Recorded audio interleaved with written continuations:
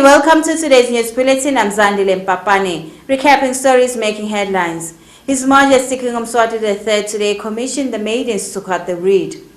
Her Majesty the She-Elephant of the Kingdom commissioned the maidens to cut the reed. In a rather spine-chilling incident, a man was brutally murdered in Hlangano under the Shiselweni region. This was a message from the National Disaster Management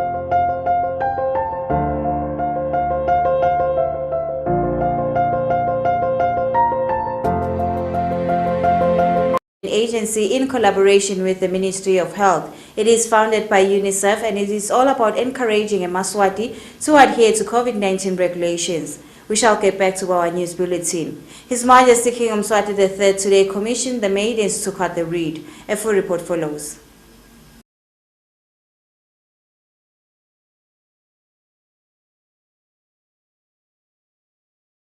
The maidens left the BULLETIN Royal Palace after the blessings of Her Majesty the Queen Mother in Ndlovukazi through the Imbali Commissioner Nonduduzo Zubugo and Inkosatana Temashayina. They were advised to ensure that they adhere to all the regulations and observe all the protocols of fighting against the spread of COVID-19. Hey, lalela Mbali, ithi inkosi indlovu yomhlaba. Isabheke enkabezweni infisela lihambo loluhle ungathi uNkulunkulu angaba nani anivikele iyakhulekela ke indlovu emhlaba ukuthi nisaphuma niwugcina umthetho wetempilo kuze sibuyele emakhaya siphephile ithi angigcizelele ukuthi inhlonipho ngiyona ehamba phambili la ekhaya bantu abatiphathe kahle bahloniphe ithi ke uNkulunkulu akabe nani ke nihambe kahle Nkosi Mhlofukazi Mhlekazi ube kuhle nomandla lomnyama lo Esikona Mtheshu. The maidens then went to Ngabezweni Royal Palace, whereby His Majesty the King announced that Inkosatana is now in Inkosatana Temashayina. Ngithulele libutho lembali ukuthi Inkosatana yenu leta ubuka libutho lonke uTemashayina.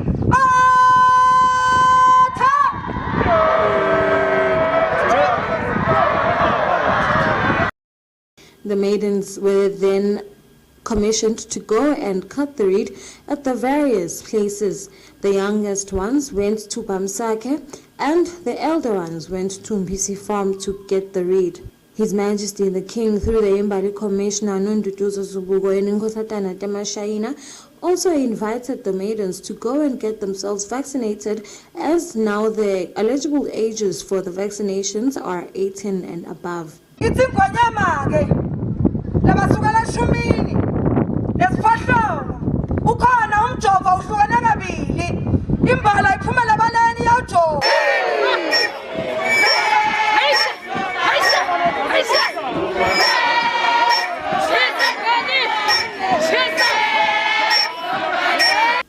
I am Kanyisile Mambuza for Channel Yemaswati News with Gary Carlos, Ngabezweni Royal Palace.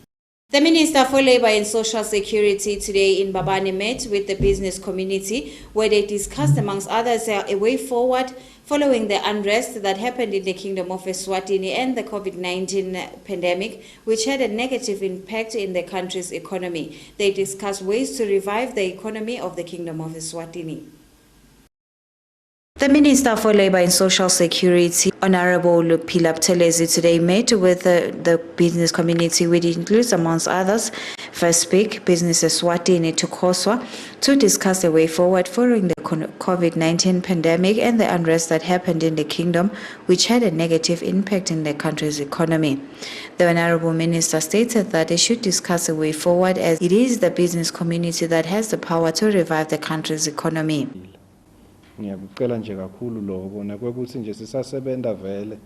The social dialogue is very important. Singathi libandla lathi ukuthi lisesebhekele sekukhona kumbe labanye sebabonakala sebagijima sebabambele enye indlela lehlukile. Amane kungabi khona iminyango ivulekile. Ngicabanga ukuthi nasetinyonini nje nathi ngabona lenye seyihliphatha phatha silingi kungasuka umsindo esihlahleni ukuthi uphethe isilingo ufuna kushaba. Amane sonke nje sibambisane ngokwethembana. Elhovisi nangabe kukhona la frustrate kakhona. Nakimi ngithunyiwe ngumfana amane nisonzele. Ngoba kungenteka nifike emahhovisini nibathene ngqongqotha ningeva kahle ukuthi kuthiwa if kufuna sengejane kulama issues la affect lama sectors leni wa representile, feel free anytime. I'm more than ready to engage kulama issues. Lesinika lethemba lensi if we were to take the route that we are taking in terms of social dialogue on issues, which in the main is the core of the existence of social partners, and it stands at the core of the mandate of the ministry. The minister concluded by saying that it takes a collaborative work to make sure that the situation goes back to normal and businesses are restored and the country's economy is further revived in the process. I am Zandile Mpapane for Channel Yemaswati News with Mxolisi Mavuso Mbabane. The Ministry of Economic Planning today indicated that they will be doing a multiple indicator cluster survey whereby they will be going to different homes in the constituencies of the kingdom. What they will be surveying is the different programs which are done by the government in different communities of the kingdom, which includes, amongst others, the National Development Strategy. A full report follows. The Ministry of Economic Planning today in Mbabane, during an interview with our reporters, confirmed that in the coming weeks they will be doing a multiple indicator cluster survey. They stated that the survey is an international household survey program developed by UNICEF designed to collect statistically sound and internationally compatible estimate of key indicators that are used to assess the situation of children, women and men. They mentioned that the main objectives of the study is to provide and update information on core national indicators to assist policymakers and program implementation, to monitor and evaluate existing programs and evaluate the country's achievement on sustainable development goals. Mr. Mgometulu from the ministry stated that the selected household interview will be conducted to gather information on all women aged 15 to 49, men aged 15 to 49, children under 5 years and children under 5 years and 17.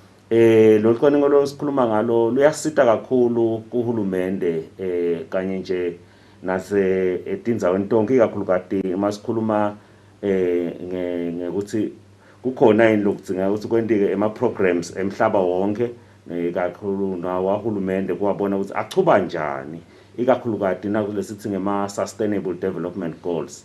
Yasita kakhulu ke le survey lena ukuthi ibone lokuthi ingabe vele kuhamba njani kuletho nhlangothi leto nasekhaya kunetinhlelo letitsite hulumende latendako letfaka ekhatsi national development strategies, letfaka ekhatsi temphilo, letfaka ekhatsi bo poverty reduction strategies. Lo cwaningo lonke luyasita ukuthi lubuke ukuthi ingabe vele live selihambe kangakanani kuletho nhlangothi leto. Phindze futhi njalo lusite nokubuka ukuthi ingabe vele letimo tebantfwana lesikhulume ngato ukuthi luyatibuka luhamba kanjani kakhulukati etifundzeni tala kangwane. He concluded by stating that members of the public can identify workers from the ministry as they will be wearing blended t-shirts, and that if they have any suspicions they can call this number 2404 2151 2404 2151. I am Zandile Mpapane for Channel Yemaswati News, Mbabane. Business ESWATINI today collaborated with SWAPCA in Mahala, Matapa, under the Manzini region where the COVID-19 vaccination program is ongoing. A full report follows. The Kingdom of Eswatini is doing everything possible to curb the spread of COVID-19. The public has developed interest in vaccinating against the deadly virus. Today, Business Eswatini, in collaboration with SWAPCA, were at Matapa for vaccination program. According to Mbuse Hleta, who is the programs officer at SWAPCA, he mentioned that today they were using the Johnson & Johnson vaccine. Namuhla Business Eswatini sibambisene na SWAPCA sithe kutogomisa emaswati siwavikelise ku-COVID-19. Umjovo lesiwusebenzisayo namhla yi-Johnson & Johnson lapho khona sigoma wonke umuntu losemsebentini, wonke umuntu longequlu kweminyaka lengu-18 uyakhona kugoma i-Johnson & Johnson esiyisebenzisa ukuthi sivikele i-COVID, ugoma kanye kuphela nje bese sekuphelile. siyamema futhi bonke abantu labasemabhizinisini bonke abantu labasemsebentini labathola nje isikhathi bathi shwe bede la so engabe nje labanye lebe bangadi kuthini lana nikanexile sithi ne schedule senu ngalokulandzela konto benibheke kuphi ngaliphi ilanga futhi kubo bonke labangafisa kwathi ukuthi sidabe sibheke kuphi angicale nganamuhla sikhona futhi kaManzini eMillennium Park sikhona futhi nasemathapha PPP clinic yamasipala lesendasi kwasesigodweni lo ngajabula noma lo ngajabulela kwathi ukuthi sidabe sikuphi lelitako angahlola ekhasini la ngqondomshini noma la Facebook la ka business eSwatini. The program is supported by companies that include Macmillan, Logico, Eswatini Sugar Association, Coca-Cola, Motiji, ESRIC, and Standard Bank. I am Nonhlanhla Thwala reporting for Yemaswati channel at Matapa.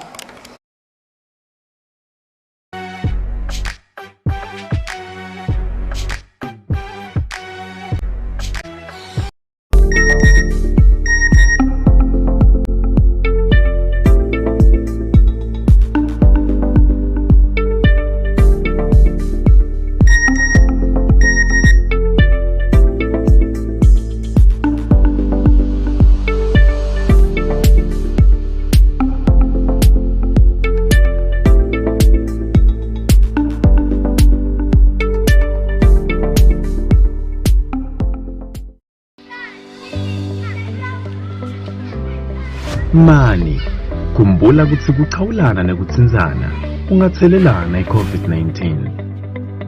Qaphela, khumbula ukuthi kubambelana sinatwa engilasini yinye nakho kungathelelana i-COVID-19.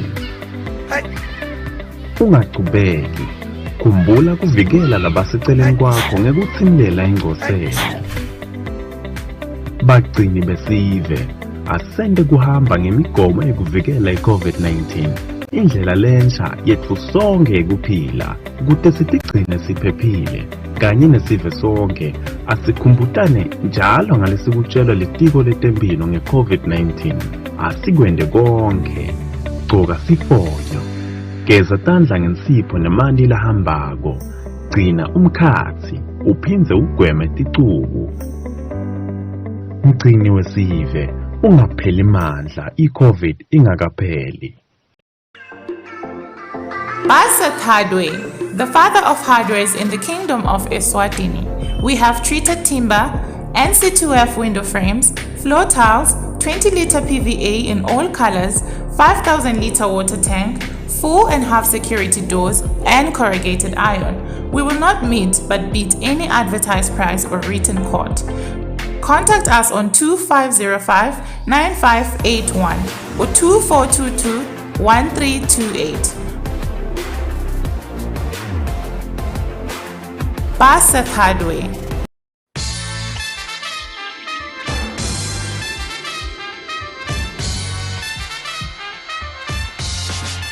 Clever, intelligent, cheeky.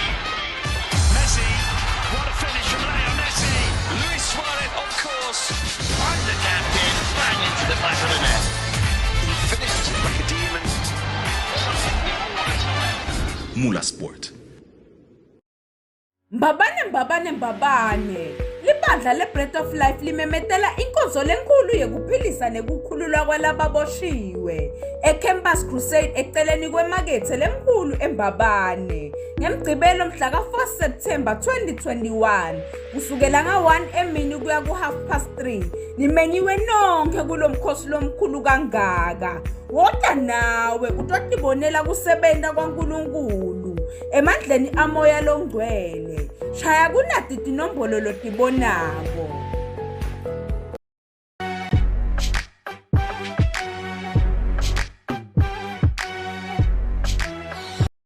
This was a message from the National Disaster Management Agency in collaboration with the Ministry of Health, and it is founded by UNICEF. It is all about encouraging Yemaswati to adhere to COVID-19 regulations. Well, welcome back to our news edition. I am Zandile Mpapane. We shall continue with our news. In a rather spine-chilling incident, a man was murdered today in Hlangano under the Shiselweni region. In a rather spine-chilling incident, a man was brutally murdered as he was shot in broad daylight at Nhlangano bus rank under the Shiselweni region. The incident is said to have happened at 11 a.m. It is said that the man was chased by the police and it was seen running towards the bus rank. It is said that the members of the Royal ESWATINI Police Service tried to shoot warning shots, but the man didn't stop running. Allegation states that it is when the members of the Royal ESWATINI Police Service shot the man and killed him in the process. It is said that the man was shot 2 times in the head. It is said that members of the public who were shot gathered at the scene to inspect if the man was indeed dead. A number of witnesses who were there when the spine-chilling incident occurred shared what they saw with our reporters. Bengena mina erenkini. Mangabe ngena ngabona li siyaqhamuka stream asiyayidile phezulu. Angena lawa lamabili aphuma abangaphandle kwedolobha lelinye liqhamuke ngapha elinye laqhamuka ngapha linye laphuma naye la lamgijimisa waphuma esikhaleni lapha eceleni kwami la ngakhela khona amathanga leli qhamuka ngala ngathi ngilobe lidubula mangabe lidubula la ngamdubule ngathi leli qhamuke ngala ngilo ligcine lithatha isibhamu makathi ujampa lo bonda lolo uthi wehlela la ngaphansi kulaba amdubule khona nangihledi ngizokhala nje isibhamu ngasikhala lesibhamu la kudlebeni kukhala umsindo lo meti ngasho sibe ibhonsa la because ngathi kunensimbilela khazi la singadiscover ngangikhiya la ngiphumela ngephansi ngibuka sekwenzekani nangibuya benginalobunye ibhuti la lo bhuti uthi wena lenhlava ekakutholi ngithwale na yangikhombisa wena ngithawu nangibuka vele lapha bobosile lapha Thiake sina bethu nje mina bengisolo ngihambela nje eziningi ngihamba la around then na cause befike bempema la inkumbi abantu babuka lapha wele khona la muntu cause wele lapha ngilasilapha bamshayela mvugogodleni then wangawe then ke lapho nasibusangawe bamshayela ngemva lana ngenhlanga futhi wele phasi wawo then ke bahungitela ke abantu la renkini then lapho isasuka lapho phoyisa nasibaleka aqhamuka vela ngale ngasigedeni. Members of the public expressed their shock in the incident as they mentioned that they have not seen anything like this before. I am Zandile Mpapane for Channel Yemaswati News, visuals by Justice Lamini and Mxolisi Mavuso, Nhlangano. ISA private investigators who are based in the Kingdom of Eswatini today offered courses where they will educate the youth of Eswatini about private investigation. A full report follows. Following the rising unemployment rates in the kingdom, more especially with the youth, the director of ISA Private Investigation, Mr. Mangwe, has found it important that he assists the nation, more especially the youth, that is interested in learning private investigation by educating them for free, and on top of that, give them payments while they are being trained.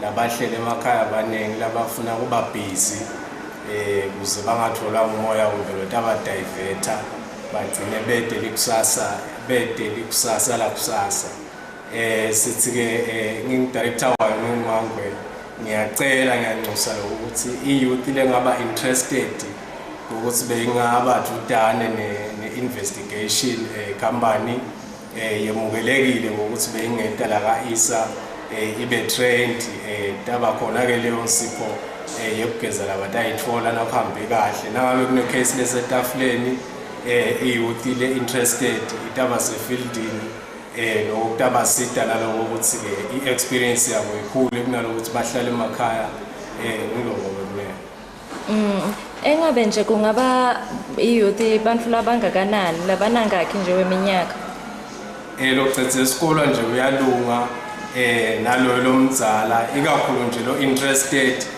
number 2 lokwenza ukuthi ufuna kwati lokuthide nge-security nanga investigation nanga bodyguard ukuthi khamba kanjani. Those that will be interested in taking the opportunity can visit the ISA offices at Home Choice Building in Manzini or call 7624-6195. I am Nhlahla Twala reporting for Yemaswati Channel. Private investigator Mr. Hunter Shongwe today alleges that there are people who are threatening him. He mentioned that even though he is receiving threats from some members of the public, he will not stop doing his job. A full report follows. Private investigator Mr. Hunter Shongwe today stated that people who use the traditional way to get married can also go to court for a divorce. Shongwe stated that this is better than ill-treating the other partner when all love is lost. Shongwe further stated that there are people who are threatening him whenever he is doing his investigative duties or when one spouse is cheating, further stating that he will not tolerate that. Uma ngabe utekile, qhubeka uteke bese uyaya emphakathi uyokusho. Namuhla ke tekuteka setiyangena ekhatsi enkantolo ngoba sekukhona certificate and le certificate kungendeka ukuthi emandla ato awafanani njengoba nathi nje ukuthi uma ushadiwe usuku ushadwe ngama civil and rights. Private investigator Mr. Hunter Shongwe today alleges that they are ufuna kuhlukwana nalona uye uqhubekela embili uyaya enkantolo uyocela leso sehlukaniso. Akusho ukuthi utekile awusayi enkantolo. Umshado wekuteka la kaNgwane uyangena etinkantolo bekunene. Ningaqali nithi ndawuteka abantu abebantu nilibele kubateka nilibele kubateka kani sekude litsandvo sekude nembatho. Kale nto kusolonda ngishayela licingo noma ngangishayela licingo nginto alibamba noma ungishayela ngeprivate nginto ayibamba ngikutshele ngithi ncengisa inkosi hamba uthusa gogo wakho ukwathi kuthusa mina. He concluded by stating that whenever people see him following somebody, he will be doing his duties, which he will conduct from instructions from the other partner. I am Zandile Mpapane for Channel Yemaswati News, Mbabane. Following the increasing number of criminal activities and illegal drinking spots at Msunduza and Mngitsini in Mbabane under the Hoho region, Mr. Nene Trube, who is a community policeman at Msunduza, confirmed that they have added 40 community policemen in the two areas. A full report follows. 40 people around Msunduza and Mngitsini in Mbabane under the Hoho region were elected to be members of the community policemen. This is following the increasing number of criminal activities in the two areas, including illegal drinking spots. This was confirmed by Mr. Nene Trube, who is a community policeman of Msunduza. Trube stated that he hopes that the strategy will help to eliminate any criminal activities in the two areas. Kulandzela kwekuthi kube nemsindo omkhulu emncithini ngetipoti lebe divwa letisha ukhanze ukuthi nebantu sebayabanjwa ke bemukwa tintfo tabo tincingo timali lasebusuku labanye bayashayo uma ngoku bese uyabona ukuthi cha vele ubucala bubhokile wase sokhethe amaphoyisa emango la 42 ukuthi alo nalo bucala emncithini cha impela yasebenza ke vele ehlenyuka nje hayi behlile kulamalanga lobucala nale tipoti letinye vele setivayile letinye ke disengakavali utakubona kuma ukuthi ugcina wenda njani ngaleli tingafuni kulalela. Ngabe ningacela kubambisa kanjani ekhulumente? Siyacela nje ekhulumente ukuthi uhulumende imana sibambise kakhulu emaphoyisa la wembube ukuthi vele asibambise ngayo ipatrol ukuthi kuhle kupatrolwa nje kuleti indzawo leti takamsunduza lengathi timbanyana tinebucala lokufaka ekhathi kokopolo kubuye lapha bomntulwini kubuye khona emncithini ngikhona lapho ngathi kubanyana kulamalanga ngebucala. On another note, Mr. Trube added that there are people who are stealing car parts that are parked near Homestead at Msunduza. He stated that what is perpetrating this criminal activity is the fact that the space for parking cars is not enough in the township. Lobunye kwebucala sesibonile futhi lobhokile ngokwebiwa kwemaphathi etimoto kwebiwa kwema-battery kwebiwa kwabo-carburetor kulelinye nje likhaya lapha kajiyane emncithini kwebiwe carburetor wekhumbi kwebiwa nebhetri ebusuku wangenwa etulu kufenisi kwasimangalisa kakhulu singemaphoyisa emango siyakufuna nje lokho sehla siyenyuka siyakuphenya vele siyacela nto tonke takamoti takamsundo ukuthi athi siphenyise singemaphoyisa emango lucalo bentekako ngoba phela kamsundo vele sitawati ukuthi imoto atingene emakhaya uma tingangeni ke emakhaya kuyendeka bese tipaka noma eceke emgwaqo ngoba celeke emitini leminye lesiceni kwemgwaqo. He concluded by urging residents and the government to assist community policemen to eliminate criminal activities in the two areas. I am Zandile Mpapane for Channel Yemaswati News, Mbabane. Well, that's all the news we had for tonight, but before ending tonight's bulletin, let's take a recap of the stories which made headlines. His Majesty King Yemaswati III today commissioned the maidens to cut the reed. Her Majesty the She-Elephant of the Kingdom today commissioned the maidens to cut the reed. In a rather spine-chilling incident, a man was brutally murdered in Hlangano under the Shiselweni region today. That's all the news we had for tonight. Do have yourselves a beautiful evening. Good night. Following the increasing number of criminal activities and illegal drinking spots at Gamsunduza and Mngitsini in Babane,